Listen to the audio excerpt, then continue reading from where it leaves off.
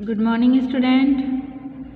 अपने 12th class में अपनी जो सृजन बुक चल रही है, सृजन में अपने पद जो गद्य भाग है, गद्य भाग का 3rd चैप्टर चल रहा है अपना, मजदूरी और प्रेम। उसमें अपन ने फर्स्ट टॉपिक पढ़ा किसान का, किसान के बारे में पढ़ा। अब आज अपन किसान के जीवन का पढ़ लिया अपन ने। अब आज अपन पढ़ेंगे सेकंड गडरिये का जीवन। ये चैप्टर 2-3 शुरू के जो चैप्टर हैं गद्य भाग के, ये थोड़े डिफ़िकल्ट चैप्टर हैं। इनमें क्वेश्चन भी अंदर से, जो चैप्टर के अंदर से खूब क्वेश्चन बनते हैं, तो आपको ये ध्यान से पढ़ने हैं। उसमें किसान वाले का, इसमें जो टॉपिक रहेंगे, इसमें से हर टॉपिक में से आपको 2-2, 3-3 क्वेश्चन बनेंगे। और जो प्रश्न के जो चैप्टर के अंदर आ रहे हैं, मैं आपको अंडरलाइन करवा रही हूँ, तो आपको ये प्रश्न पढ़ने हैं। अब अपन चैप्टर पढ़ते हैं, ध्यान से पढ़ना। गडरिये का जीवन। एक बार मैंने एक बूढ़े गडरिये को देखा।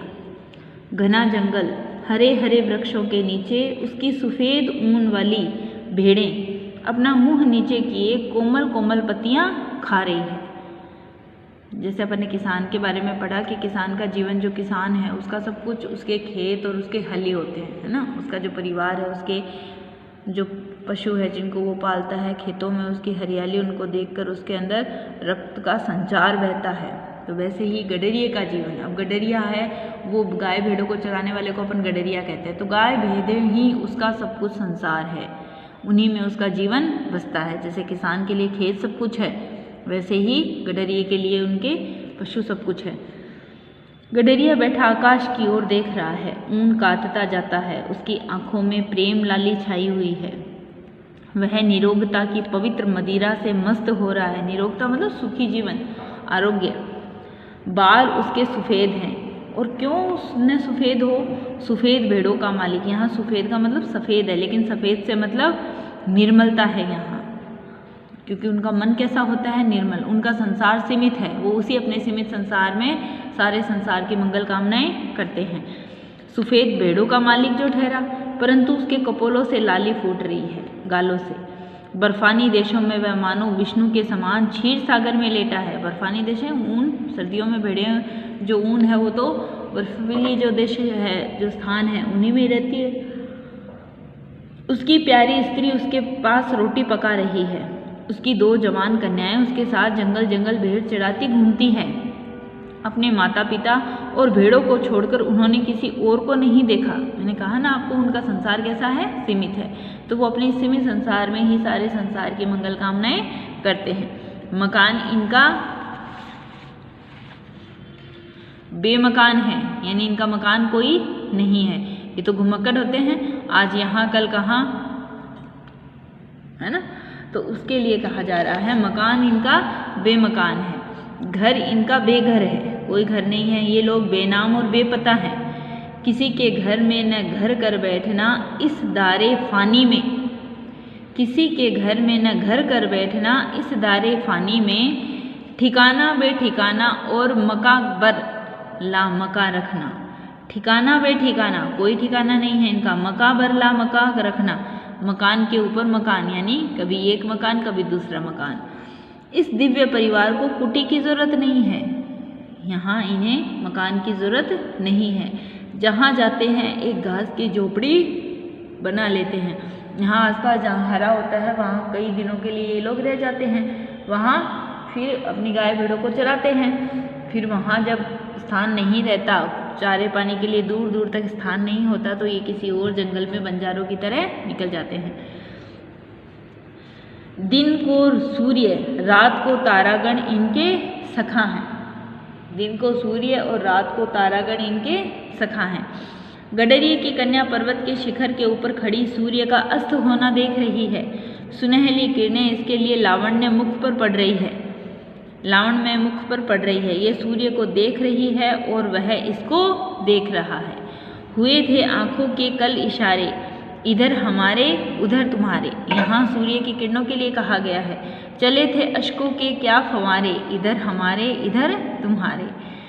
बोल मतलब यहाँ सूर्य की किरणों के लिए है कि सूर्य इनका क्या है? इनका सुख दुख का साथी सूरज ही है। जो भी अपने सुख दुख की बातें सूर्य से ये करते हैं, क्योंकि सुबह जब सूरज उगता है तो उसी के साथ इनका सफ़र शुरू हो जाता है। और जैसे ही सूरज ढलता है तो रात इनके तारागण है वो सखा बन जाते हैं, क्योंकि इनका जीवन तो वही जंगल का जीवन है, भेड़ों को चराना, उनके ऊन काटना, उनके सुख दुख के साथी वही हैं। बोलता कोई भी नहीं है, सूर्य उसकी युवावस्था की पवित्रता पर मुग्ध है और वह आश्चर्य के अवतार सूर्य की महिमा के तूफान में पड़ी नाच रही है। इनका जीवन बर्फ की पवित्रता से पूर्ण और वन की सुगंधि से सुगंधित है। इनका मुख, शरीर और अंतःकरण सफ़ेद, इनकी बर्फ, पर्वत और भेड़ें भी सफ़ेद है। और इनकी ये सब सफ़ेद क्यों कहा जा रहा है? क्योंकि इनका मन भी निर्मल है, वो भी सफ़ेद है।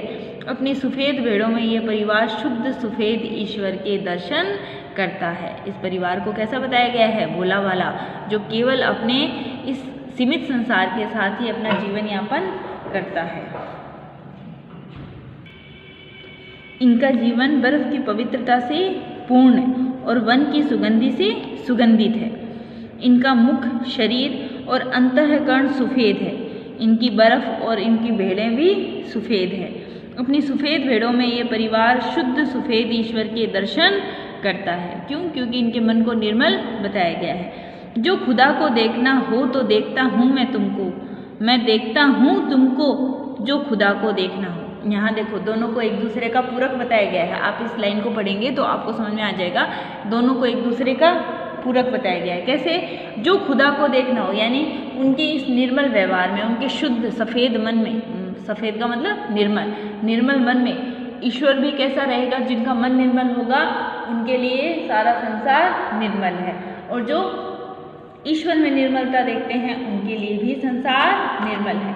तो कवि क्या कह रहा है? जो ईश्वर को देखना हो तो मैं तुम्हें देखता हूँ, और जब मैं तुम्हें देखता हूँ तो मुझे तुम में ईश्वर दिखता है। यानी दोनों एक दूसरे के पूरक है।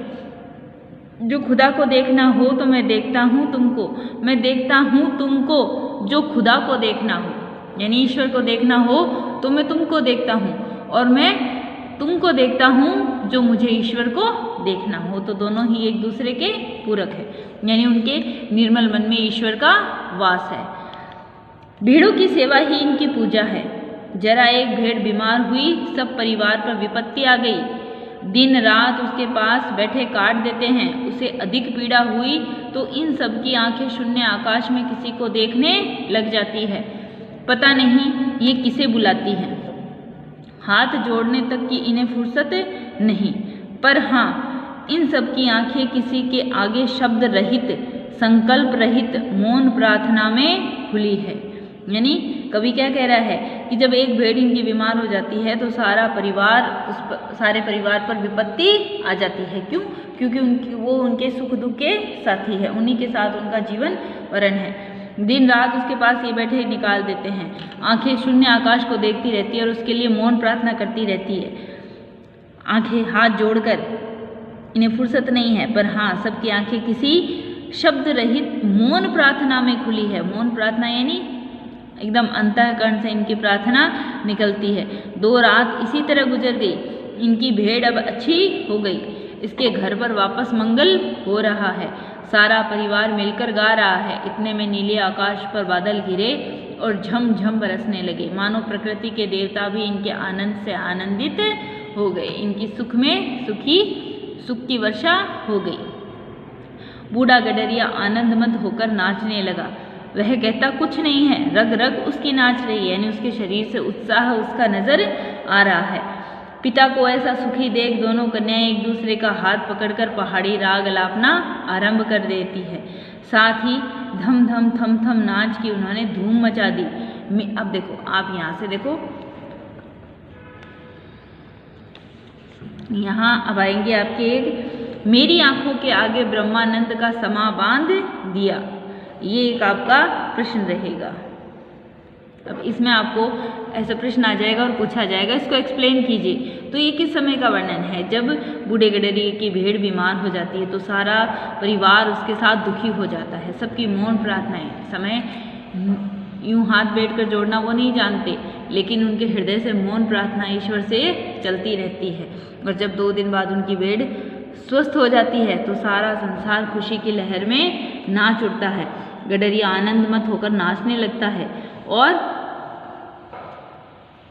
उनके पिता को देखकर दोनों कन्याएं भी पहाड़ी राग अलापना आरंभ कर देती है और सारे परिवार में धम धम थम थम की धूम मच जाती है। और उस दृश्य को देखकर ऐसा लगता है जैसे मेरी आंखों के सामने ब्रह्मानंद का समा बांध दिया। मेरे पास मेरा भाई खड़ा था। मैंने उससे कहा, भाई अब मुझे भी भेड़े दो। ऐसे ही मूक जीवन से मेरा भी कल्याण होगा। विद्या को भूल जाऊं तो अच्छा है, मेरी पुस्तकें खो जाएं तो उत्तम है।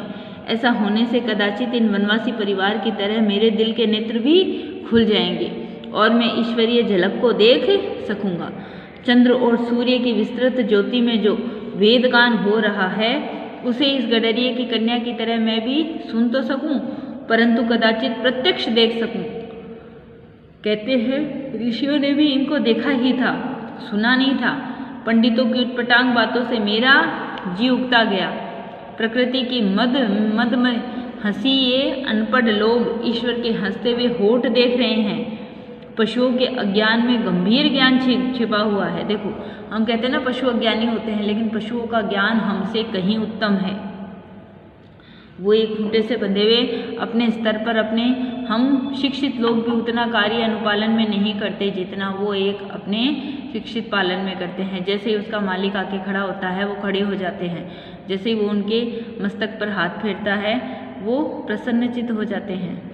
तो जो ज्ञान पशुओं में है वो हम शिक्षित परिवार वालों में नहीं मिलता। पशुओं के ज्ञान में ये गंभीर ज्ञान छिपा है। इन लोगों के जीवन में अद्भुत आत्मानुभव भरा हुआ है। गडरिये के परिवार की प्रेम मजदूरी का मूल्य कौन दे सकता है? ये भी आपका एक यहाँ पर क्वेश्चन बनता है। गडरिये के परिवार की प्रेम मजदूरी का मूल्य कौन दे सकता है? ये प्रश्न भी आपको एक्सप्लेन करना है कि प्रेम मजदूरी का मूल्य कौन दे सकता है। इसके आगे देखो, तो यहाँ आपका ये गडरिये वाला पूरा हो गया, ठीक है ना।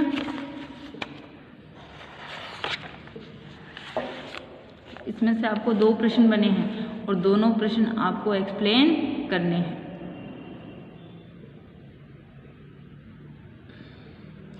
अब है अपना तीसरा, मजदूर की मजदूरी।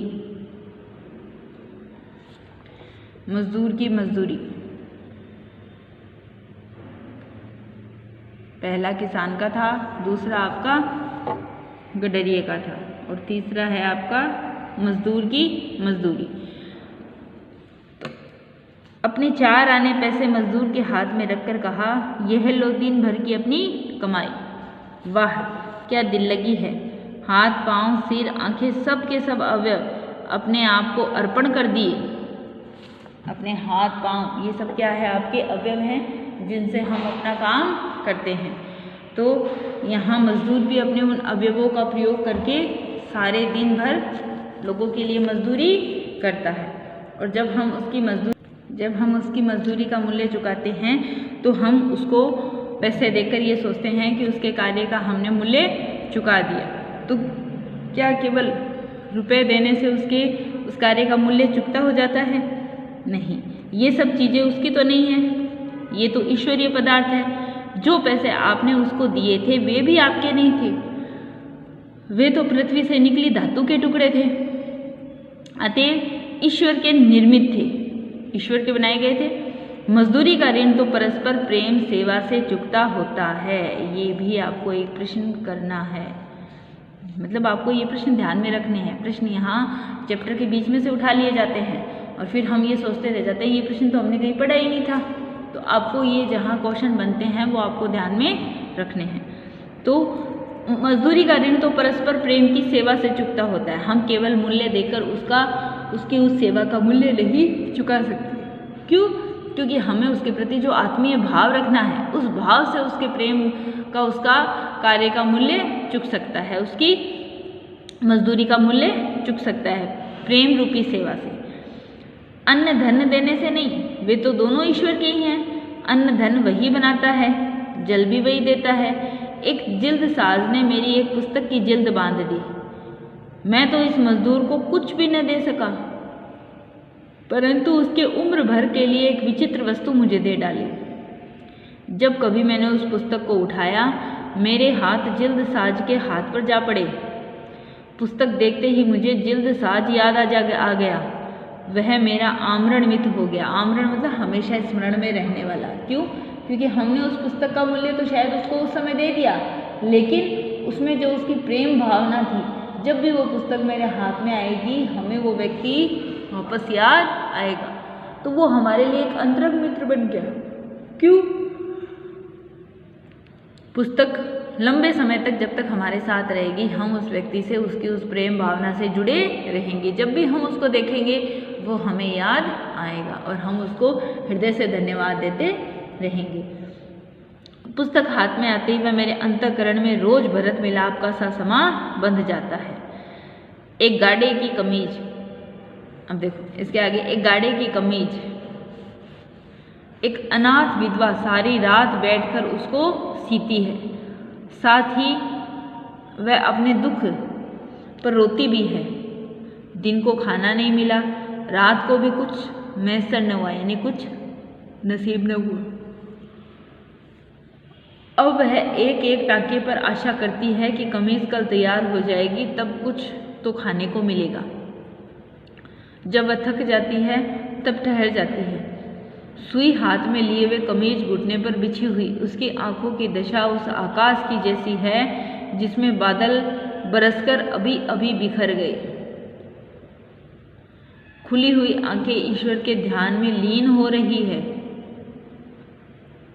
कुछ काल के उपरांत हे राम कहकर उसने फिर सीना शुरू कर दिया, यानी वो ईश्वर से यहाँ प्रार्थना कर रही है। यहाँ हर एक में मौन प्रार्थना उसकी चलती है।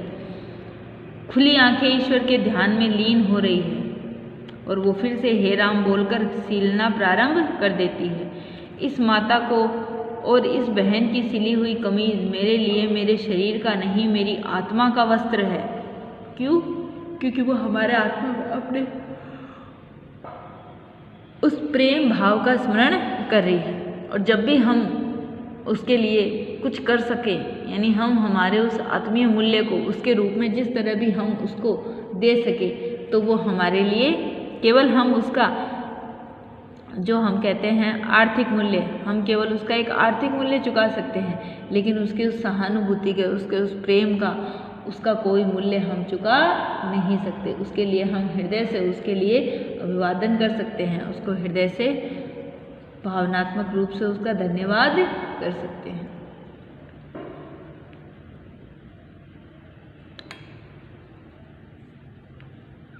इस माता और इस बहन की सिली हुई ये जो कमीज है, ये मेरे लिए शरीर का नहीं, मेरी आत्मा का वस्त्र है। इसका पहनना मेरी तीर्थ यात्रा है। इस कमीज में उस विधवा के सुख दुख और प्रेम पवित्रता के मिश्रण से मिली हुई जीवन रूपिणी गंगा की बाढ़ चली जा रही है। ऐसी मजदूरी और ऐसा काम प्रार्थना, संध्या, नमाज से क्या कम है? ये भी आपको एक प्रश्न बन जाएगा। शब्दों से तो प्रार्थना हुआ नहीं करती, ये भी प्रश्न है आपका एक यहाँ से। ईश्वर तो कुछ ऐसी मूक प्रार्थनाएं सुनता है और तत्काल सुनता है। ऐसे लोगों की जो मूक प्रार्थनाएं हैं, वो ईश्वर के मूक दर्शनों का स्मरण कराती है और ईश्वर ऐसी मूक प्रार्थनाओं को तत्काल ही सुनता है।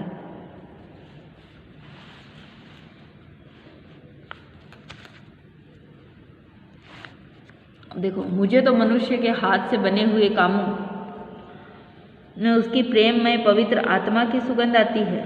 राफेल आदि के चित्रित चित्रों में उनकी कला कुशलता को देख इतनी सदियों के बाद भी उनके अंतःकरण के सारे भावों का अनुभव होने लगता है। केवल चित्र का ही दर्शन नहीं है, किंतु साथ ही इसमें छिपी हुई चित्रकार की आत्मा तक के दर्शन हो जाते हैं। परंतु यंत्रों की सहायता से बने हुए फोटो निर्जीवों से प्रतीत होते हैं, है ना, क्योंकि चित्र तो आत्मा में अंकित किए जाते हैं। अब उसके लिए जो उसका भाव है वो उसकी आत्मा में उसका चित्र अंकित है, और वो जब भी वो उसको, उसकी बुक को या उसके उस कमीज को पहनेगा या उस बुक को पढ़ेगा, तो उसकी आत्मा में उसका जो चित्र है वो उभर कर उसकी आंखों में आ जाएगा।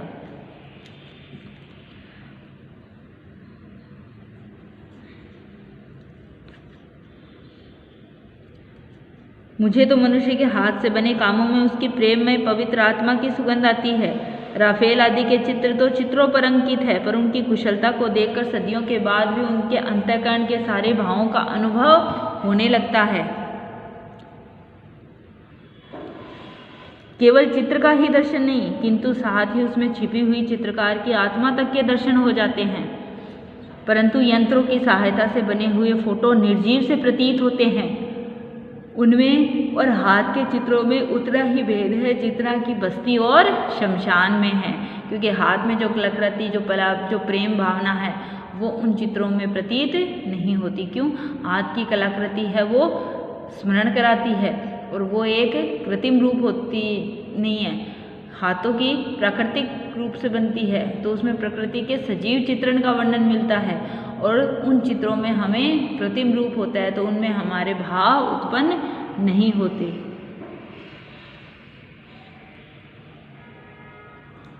यंत्रों की सहायता से बने फोटो निर्जीव प्रतीत होते हैं। उनमें और हाथ के चित्रों में उतना ही भेद है जितना बस्ती और शमशान में है। हाथ की मेहनत से चीज में जो रस भर जाता है वह भला लोहे के द्वारा बनाई गई चीज में कहाँ है। जिस आलू को मैं स्वयं बोता हूँ, स्वयं पानी देता हूँ, जिसमें इर्द गिर्द की घास पात खोदकर मैं साफ सफाई करता हूँ, उस आलू में जो रस मुझे आता है वह टीन के बंद डिब्बे किए हुए अचारों के मुरब्बों में नहीं आता।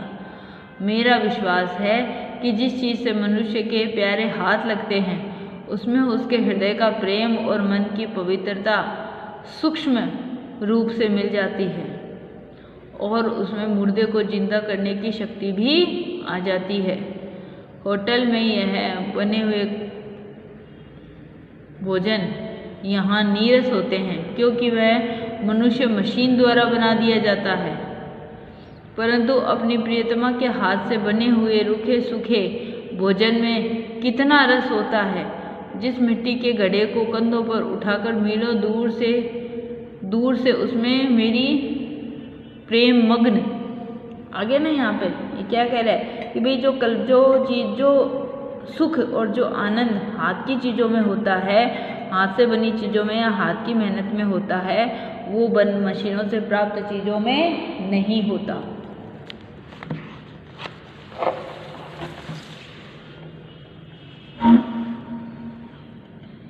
प्रियतमा ठंडा जल भरकर लाती है और उस लाल घड़े का जल जब मैं पीता हूँ तो जल क्या पीता हूँ, अपनी प्रेयसी को अमृत के पान करता हूँ। यानी जब वो अपने घरेलू कामों में काम करती है तो जो घर के काम है उसमें जो सुख और प्रेम के भाव होते हैं, वो चीज़ें, वो प्रेम और वो भाव कृत्रिम रूप में नहीं होता। जो ऐसा प्रेम प्याला पीता हो उसके लिए शराब क्या वस्तु है। प्रेम से जीवन सदा गदगद रहता है। मैं अपनी प्रेयसी के लिए ऐसी प्रेम भरी, रस भरी, दिल भरी सेवा का बदला क्या कभी दे सकता हूँ? क्या कोई माता जो गृहिणी है वो अपने घर में जो काम करती है, क्या कभी उसका कोई मूल्य वो घर वालों से मांगती है? वो सब उसके प्रेम भाव में है और वो प्रेम, उस प्रेम का मूल्य हम उनके प्रति आदर सम्मान और वही प्रेम भाव रखकर ही चुका सकते हैं। क्या घर के किसी कार्य का कोई मूल्य घर वाला कभी मांगता है? क्या मम्मी हमारे लिए रात दिन काम करती है हमारी माताएं, तो क्या उसका कोई वो मूल्य मांगती है हमसे? उनके लिए हम आत्मसम्मान, जो उनका सम्मान है, उनका जो सहानुभूति रखकर और उनके प्रति प्रेम भाव रखकर ही हम उसके मूल्य को प्रेम भावना में बदल सकते हैं। उधर प्रभात ने अपनी सफ़ेद किरणों से अंधेरी रात पर सफ़ेदी सी छटकाई। इधर मेरी प्रेयसी मैना कोयल की तरह अपने बिस्तर से उठी, गाय का बछड़ा खोला, दूध की धारा से अपना कटोरा भर लिया, गाते गाते अन्न को अपने हाथों से पीसकर सफ़ेद आटा बना दिया। सफ़ेद आटे से भरी हुई छोटी सी टोकरी सिर पर, एक हाथ में दूध से भरा हुआ लाल मिट्टी का कटोरा, दूसरे हाथ में मक्खन की हांडी।